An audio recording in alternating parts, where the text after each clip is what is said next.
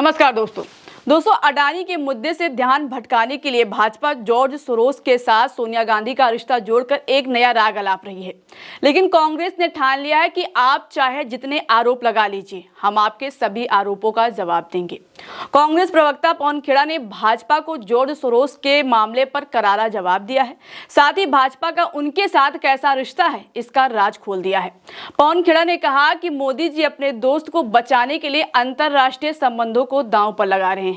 षड्यंत्र पर खुलासा रोज हो रहा है, रोज दिखाई दे रहा है कि कैसे पूरी भाजपा, पूरी सरकार एक आदमी को बचाने के लिए भारत के अंतर्राष्ट्रीय संबंधों तक को दांव पे लगाने को तैयार है। दोस्तों, सदन से लेकर सदन के बाहर तक विपक्ष लगातार अडानी का मुद्दा उठा रहा है, लेकिन हमारे प्रधानमंत्री मोदी अपने दोस्त के खिलाफ एक शब्द भी नहीं सुन पा रहे हैं।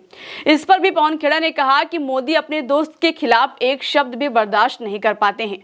अडानी का मुद्दा जैसे गूंजता है वो अपना आपा खो देते हैं। आप देख रहे हैं, जब से संसद चल रहा है, चलने की कोशिश कर रहा है, हम कुछ मुद्दे उठा रहे हैं। एक ऐसा मुद्दा है जो प्रधानमंत्री बर्दाश्त नहीं कर सकते। वो मुद्दा जब भी उठाया जाता है वो अपना आपा खो बैठते हैं। इसके आगे पवन खेड़ा ने कहा कि मोदी जी को उनके दोस्त बड़े प्यारे हैं। अगर अडानी के खिलाफ कोई देश इंक्वायरी बैठा दे, रिपोर्ट निकाल दे और अगर कोई उनके खिलाफ आवाज उठा दे तो उसके खिलाफ बीजेपी वाले षड्यंत्र रचने का आरोप लगा देते हैं।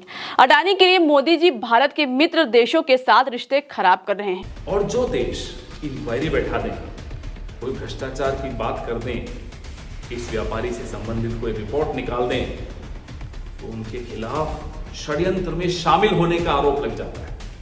ये कहां का न्याय है? ये कहां की विदेश नीति है? हम पर आरोप लगाते हो सोरोस का। ये कोई मुद्दा है? अगर ये मुद्दा है तो कौन से मंत्री का बेटा सोरोस की किस ग्रांट से कहां कहां क्या क्या करता है, हम भी शुरू हो सकते हैं। लेकिन ये मुद्दा नहीं है, एक मंत्री की बात नहीं है।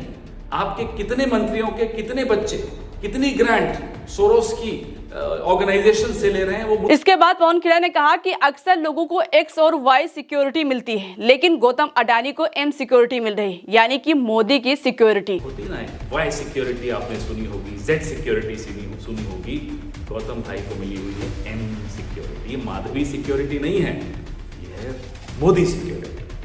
मोदी सिक्योरिटी एक ऐसी सिक्योरिटी है कि गौतम भाई तक पहुंचने की कोई कोशिश भी करे तो उसको लोकतंत्र की लाश के ऊपर से होकर गुजरना हो।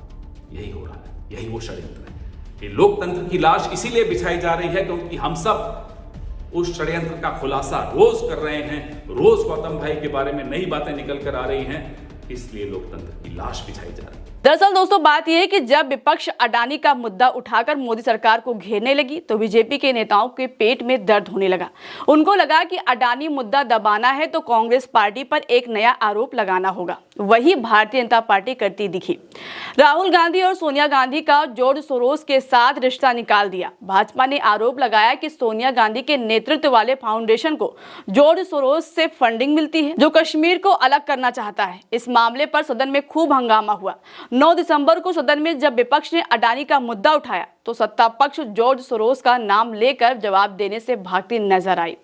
सोरोस का मुद्दा उठाकर हंगामा करती हुई दिखाई दी, जबकि दोस्तों अमेरिकी सरकार ने इन आरोपों को सिरे से खारिज कर दिया है और इसे बेबुनियाद बताया है। आप खुद ही सुन लीजिए इस पर पवन खेड़ा ने क्या कहा है। जिस मीडिया पार्ट की रिपोर्ट को ये कोट करते हैं और ये सारे बेबुनियाद आरोप लगाते हैं, उस मीडिया पार्ट ने खड़े होकर कह दिया कि ये बातें बेबुनियाद है, कोई षड्यंत्र नहीं है। State department, US state department पर इन्होंने आरोप लगाया। यूएस स्टेट डिपार्टमेंट ने भी खुलकर कह दिया कि ये भारत अमेरिका संबंधों पर आंच डाल सकता है, इस तरह की बेबुनियाद बातें। लेकिन नहीं, राजा को तोते को बचाना है, एम सिक्योरिटी देनी है। मतलब दोस्तों, जिस रिपोर्ट का हवाला देकर बीजेपी गांधी परिवार पर इतना बड़ा आरोप लगा रही है, उसी एजेंसी की तरफ से सभी आरोपों को खारिज किया गया है। मगर फिर भी हमारे मोदी जी को अपने दोस्त बड़े प्यारे, भारत के मित्र देशों के साथ संबंध नहीं। हालांकि कांग्रेस ने मन बना लिया है कि हम लगातार अडानी के खिलाफ आवाज उठाएंगे और बीजेपी के सभी आरोपों का करारा जवाब देंगे। फिलहाल दोस्तों, खबर में अभी के लिए इतना ही। खबर पर आपकी क्या है राय? आप अपनी राय कमेंट बॉक्स में हमें जरूर बताइएगा। नमस्कार।